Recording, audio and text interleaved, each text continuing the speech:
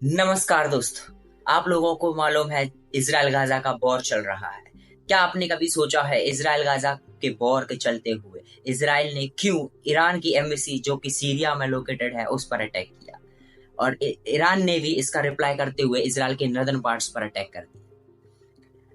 क्यों इजराइल और गाजा का वॉर स्टार्ट हुआ, क्या कनेक्शन है ईरान का इजराइल और गाजा के वॉर से, आइए समझते हैं। मैं निशांत शर्मा, आप देख रहे हैं यूपीएससी विद निशांत। तो ये समझने के लिए हमको देखना पड़ेगा एंसेंट टाइम से ट्रेड रूट, जो कि सिल्क रूट था इंडिया के नॉर्दर्न पार्ट से, और ये मिडिल ईस्ट से होते हुए और Turkey the gateway of Europe से निकल के यूरोप तक जाता था। ये सिल्क रूट जो पूरा फैला हुआ था, इससे एंसेंट टाइम में ट्रेड रूट कहा जाता था और ट्रेड होता था। तो ये ट्रेड रूट पर जो लोकेशन है टर्की, ईरान, इन कंट्रियों से ट्रेड रूट होकर निकलता था। ट्रेड रूट पर किसी भी कंट्री का होना उसकी इकोनॉमी को बूस्ट कर देता है। एशिया के मलक्का स्टेट जहां से वर्ल्ड का 60% ट्रेड पास करता है, उस लोकेशन पर सिंगापुर का होना ही सिंगापुर की ग्रोथ का मेन फैक्टर रहा है। सिंगापुर ठीक वैसे ही काम करता है जैसे कि नेशनल हाईवे पर एक ढाबा। तो आप समझ ही चुके होंगे किसी भी कंट्री से अगर ट्रेड रूट निकलता है तो उस कंट्री की इकोनॉमी के लिए कितनी अच्छी बात होती है। अभी इंडिया जो ट्रेड रूट यूज करता है वो है रेड सी के थ्रू स्विच कैनाल से निकलते हुए यूरोप तक पहुंचना, और ईरान के चाबाहर पोर्ट के थ्रू अफगानिस्तान में एंटर करते हुए यूरोप तक पहुंचना। इंडिया के मुंबई पोर्ट और मुंद्रा पोर्ट से चाबाहर पोर्ट तक मैरी टाइम रूट से जाते हुए, वहां से ईरान, चाबाहर पोर्ट से ईरान में इंडिया ने रेलवे ट्रैक बिछाया हुआ है अफगानिस्तान तक। अफगानिस्तान से बाया रोड ट्रांसपोर्ट करते हैं यूरोप तक। तो ये इंडिया के ट्रेड रूट अभी है। इसमें आप देख रहे होंगे कि ईरान एक ट्रेड रूट पर प्राइम लोकेशन बनकर बैठा हुआ है। इंडिया को ईरान पर डिपेंड होना पड़ रहा है। ईरान का चाबाहर पोर्ट हालांकि पाकिस्तान के पास में है, पाकिस्तान के ग्वादर पोर्ट के पास में है, तो जो सीपैक पाकिस्तान से निकल के ग्वादर पोर्ट तक आता है उसको काउंटर कर सकता है इंडिया, और वो करता भी है। चाइना की इंडियन ओशन में प्रेजेंस, एक्सपेंशन, सीपैक के थ्रू इंडियन ओशन से ट्रेड रूट निकालना, इन सब को काउंटर करने के लिए और खुद के ट्रेड रूट को स्मूदन करने के लिए इंडिया ने नया ट्रेड रूट निकालने की कोशिश की। 2023 में G20 की अध्यक्षता करते हुए इंडिया ने आईमैक प्रोजेक्ट का प्रस्ताव रखा। आइए समझते हैं आईमैक क्या है। India middle east economic corridor, जो कि इंडिया के मुंबई एंड मुंद्रा पोर्ट से होते हुए पहले दुबई से सऊदी अरेबिया से इजराइल से होते हुए Mediterranean sea, and then Greece and Italy से जाते हुए पूरे यूरोप में पहुंचे। सितंबर 2023 में जब G20 प्रेसिडेंसी की मीटिंग कंप्लीट हुई, उसके जस्ट कुछ ही दिनों बाद 7 अक्टूबर जब इजराइल अपना सुपरनोवा फेस्टिवल, जिसको द फेस्टिवल ऑफ लाइट्स के नाम से सेलिब्रेट किया जाता है, जब इजराइल अपना फेस्टिवल सेलिब्रेट कर रहा था, उसी रात गाजा पट्टी से मिसाइल लॉन्च की गई और इजराइल पर अटैक किया।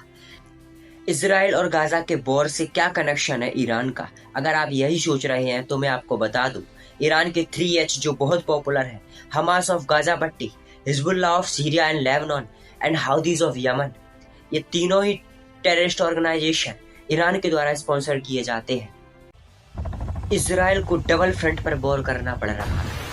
गाजा पट्टी से हमास और लेबनान और सीरिया से हिजबुल्लाह दोनों एक्टिवली इजराइल से फाइट कर रहे हैं। पूरे रेड सी का रीजन को क्राइसिस में बदलने के लिए हाउदीज भी पायरेसी करने लगे हैं। रेड सी के ट्रेड रूट से निकलने वाली शिप्स को कैप्चर करते हैं, ट्रेड रूट को डिस्टर्ब करने की कोशिश करते हैं।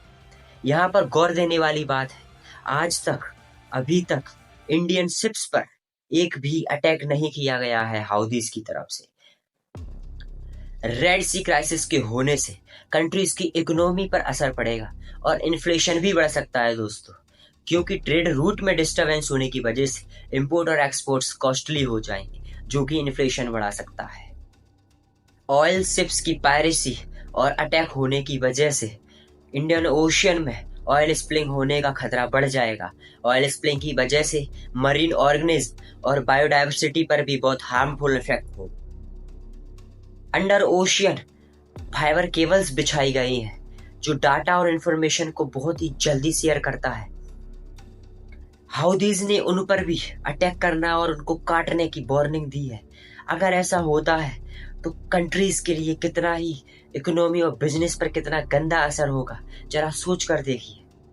रेड सी क्राइसिस के इम्पैक्ट को देखते हुए जयशंकर सर ईरान की विजिट करते हैं और इसका ही असर है कि आज तक अभी तक हाउदीज ने एक भी इंडियन शिप्स को अटैक नहीं किया है। ये दिखाता है कि ईरान चाहता है इंडिया से फ्रेंडशिप रखना और इंडिया का सपोर्ट चाहता है ट्रेड रूट के लिए। इजराइल को डबल फ्रंट पे वॉर करना पड़ रहा है, गाजा से हमास और लेबनान और सीरिया की तरफ से हिजबुल्ला, जो कि ईरान से स्पॉन्सर्ड है। इरिटेट होने के बाद इजराइल ने सीरिया में लोकेटेड ईरान की एम्बेसी पर अटैक कर दिया, क्योंकि ईरान की वजह से ही इनको पावर मिलती है। ईरान ने ट्वीट करके बोला था कि इसका बदला लिया जाएगा। ठीक 48 घंटे के बाद ईरान ने इजराइल के नदर्न पार्ट्स पर अटैक कर भी दिया। अभी ये देखना होगा कि इजराइल इसको कैसे रिएक्ट करता है। अगर इजराइल EMP बॉम्ब का यूज करता है तो डेफिनेटली ये बहुत ही डेंजरस वॉर में चेंज हो सकता है। EMP बॉम्ब, जिसे ई बॉम्ब भी कहते हैं, ये इलेक्ट्रोमैग्नेटिक फील्ड का यूज करके पल्स ऑफ एनर्जी क्रिएट करता है और ऐसे पूरा इसका मैकेनिज्म होता है। EMP बॉम्ब इंडिया के DRDO के पास भी है और इजराइल के पास भी है। इजराइल अगर इसका अटैक करता है तो ये वॉर कितना डेंजरस हो सकता है, ये सोचने वाली बात है। EMP की मैकेनिज्म को डिटेल में किसी दूसरी वीडियो में समझेंगे। अभी ईरान का सपोर्टिव नेशंस कौन है? ईरान की आइडियोलॉजी, ईरान को सपोर्ट करता है चाइना, नॉर्थ कोरिया, पाकिस्तान और रसिया। ये पूरा एक बेल्ट है जिनकी आइडियोलॉजी एक तरफ और इजराइल और USA एंड वेस्टर्न कंट्रीज दूसरी तरफ। तो क्या इंडिया न्यूट्रल अभी भी रहेगा या US की तरफ जाएगा? ये देखने वाली बात हो। मुझे लगता है कि इंडिया को अभी भी न्यूट्रल ही रहना चाहिए और वॉर को रोकने की पूरी कोशिश करना चाहिए। अपनी एशिया में जो एक लीडरशिप की क्वालिटी है उसको दिखाते हुए इंडियन ओशियन और इंडियन पैसिफिक ओशियन की लीडरशिप को दर्शाते हुए एक मजबूत स्थिति दिखाना चाहिए, जिससे UN की परमानेंट सीट को मिलने के लिए भी जो हेल्पफुल रहेगा। Thanks for watching, stay tuned for next video. Thank you.